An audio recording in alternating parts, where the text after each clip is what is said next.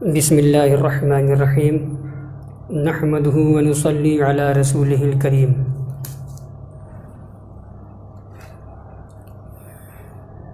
آج کی اس مختصر سی نشست میں قرآن پاک کے متعلق انشاءاللہ گفتگو ہوگی۔ قرآن پاک کلام اللہ شریف اللہ تبارک و تعالیٰ کی آخری کتاب ہے جو سارے انسانوں کے لیے سراپا ہدایت کا سبب ہے۔ قرآن پاک یہ ایسی کتاب ہے کہ ایک مسلمان اس کو پڑھائے، سیکھے، سکھائے، اس کو ادب سے اٹھا کر کے بوسہ لے لے، ہر اعتبار سے اس کو ثواب ہی ثواب ملے گا۔ دیکھنا ثواب، چھونا ثواب، پڑھنا ثواب، پڑھانا ثواب، سیکھنا ثواب، سکھانا ثواب۔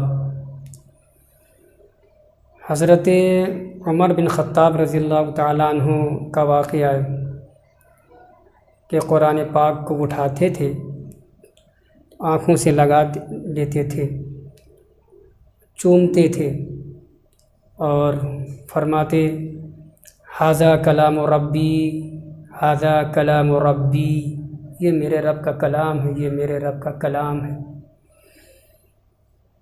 بخاری شریف کی حدیث ہے، حضرت عثمان بن عفان رضی اللہ تعالی عنہ راوی ہیں۔ سرکار علیہ الصلاۃ والسلام ارشاد فرماتے ہیں خیرکم من تعلم القرآن وعلمہ، تم میں سے سب سے بہتر وہ ہے جو قرآن سیکھے اور سکھائے۔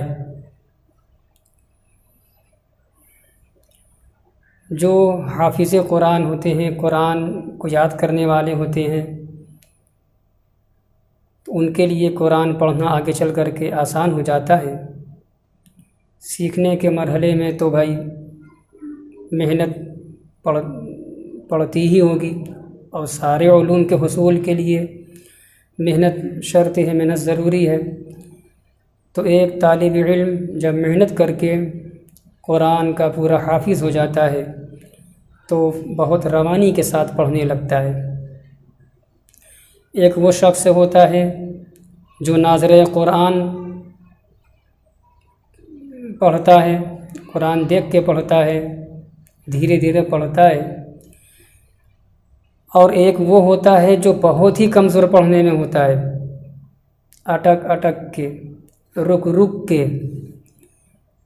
تو ایسا نہیں ہے کہ صرف حافظ قرآن کو ثواب ملے گا قرآن پڑھنے کا، اور جو اٹک اٹک کے پڑھ رہا ہے، رک رک کے پڑھ رہا ہے، اس کو ثواب نہیں ملے گا، اس کو بھی ثواب ملے گا، اس کو دوہرا اجر ملے گا۔ حدیث پاک میں فرمایا گیا ہے، مسلم شریف کی حدیث ہے، حضرت عائشہ صدیقہ رضی اللہ تعالی عنہا اس حدیث کی راوی ہیں۔ قال رسول اللہ صلی اللہ علیہ وسلم الماہر بالقرآن مع السفرة الكرام البررة والذي يقرأ القرآن ويتتعتع فيه وهو عليه شاق له أجران۔ کیا ترجمہ ہوا، کیا مطلب ہوا؟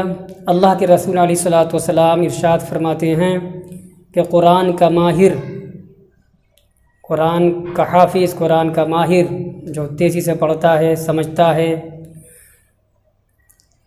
تو وہ مقرب، نیکوکار، معزز فرشتوں کے ساتھ ہوگا۔ یہ اس کا ثواب ہے، یہ اس کا اعزاز ہے، یہ اس کا مرتبہ ہے، حافظ قرآن کا، عامل قرآن کا، عالم قرآن کا۔ اور وہ جو حافظ قرآن نہیں ہے، حامل قرآن نہیں ہے، قرآن جس کو یاد نہیں ہے، ناظرہ پڑھتا ہے، اور ایسا پڑھتا ہے کہ رک رک کے، اٹک اٹک کے، مگر پڑھتا رہتا ہے، تو اس کا ثواب آگے ہے والذی یقرأ القرآن، اور وہ جو قرآن پڑھتا ہے ویتتعتع فیہ، اٹک اٹک کے پڑھتا ہے بیچارہ، اس کو مشقت ہوتی ہے، پریشانی ہوتی ہے، مگر پڑھتا ہے اس کو دھیرے دھیرے، تو آگے ہے لہو اجران، اس کے لیے دوہرا اجر ہے، ایک پڑھنے کا اور ایک مشقت کی وجہ سے جو پڑھ رہا ہے یہ۔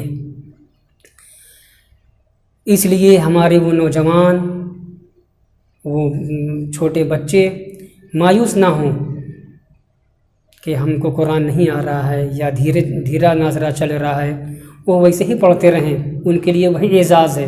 اور یہ بھی ہے کہ پڑھتے پڑھتے انشاءاللہ وہ اس میں روانی آ جائے گی۔ وہ شخص جس کے دل میں، جس کے سینے میں قرآن کا ایک حصہ بھی نہ ہو، کوئی سورت جس کو یاد نہ ہو، حدیث پاک میں اس کو ویران گھر سے تعبیر کیا گیا ہے۔ سنن دارمی شریف کی حدیث ہے، عبداللہ بن عباس رضی اللہ تعالیٰ عنہما راوی ہیں، متن حدیث ہے، ان الرجل الذي ليس في جوفه شيء من القرآن كالبيت الخرب، وہ شخص، وہ مسلمان جس کے دل میں، جس کے سینے میں، جس کے اندر قرآن کا ایک حصہ بھی نہیں ہے، کوئی سورت اس کو یاد نہیں ہے، چند آیتیں بھی یاد نہیں ہیں، وہ ویران گھر کی طرح ہے۔ اللہ تبارک و تعالی ہمیں قرآن پڑھنے سمجھنے کی توفیق عطا فرمائے۔ وآخر دعوانا ان الحمد للہ رب العالمین۔